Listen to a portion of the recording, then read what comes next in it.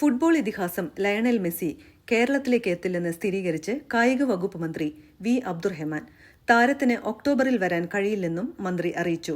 ഒക്ടോബറിൽ വരാൻ കഴിയില്ലെന്ന് പറഞ്ഞപ്പോൾ വരേണ്ടെന്ന് സ്പോൺസറാണ് പറഞ്ഞത്.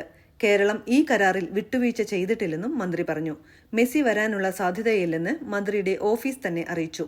ഡിസംബറിൽ മെസ്സി ഇന്ത്യയിലെത്തുമെങ്കിലും ഷെഡ്യൂളിൽ കേരളം ഇടം പിടിച്ചിട്ടില്ല. ഡിസംബർ 11 മുതൽ 15 വരെയാണ് മെസ്സിയുടെയും ടീമിന്റെയും ഇന്ത്യ സന്ദർശനം. കൊൽക്കത്ത, മുംബൈ, ഡൽഹി, അഹമ്മദാബാദ് എന്നീ നഗരങ്ങളിൽ മെസ്സിയും സംഘവും എത്തും. കൊൽക്കത്തയിൽ എത്തുന്ന ടീം ഇന്ത്യൻ ടീമുമായി സൗഹൃദ മത്സരം നടത്തുമെന്നും സൂചനയുണ്ട്. പിന്നീട് വാങ്കഡയിലും ഒരു ക്രിക്കറ്റ് മത്സരം കളിക്കാൻ അനുവദിക്കാനും പദ്ധതിയുണ്ട്.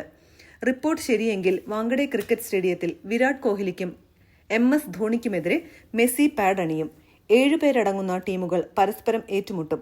രോഹിത് ശർമ്മയും സച്ചിൻ ടെണ്ടുൽക്കറും ഉൾപ്പെടെയുള്ളവരും അന്നേ ദിവസം വാങ്കഡയിൽ എത്തുമെന്നും റിപ്പോർട്ടിൽ പറയുന്നു.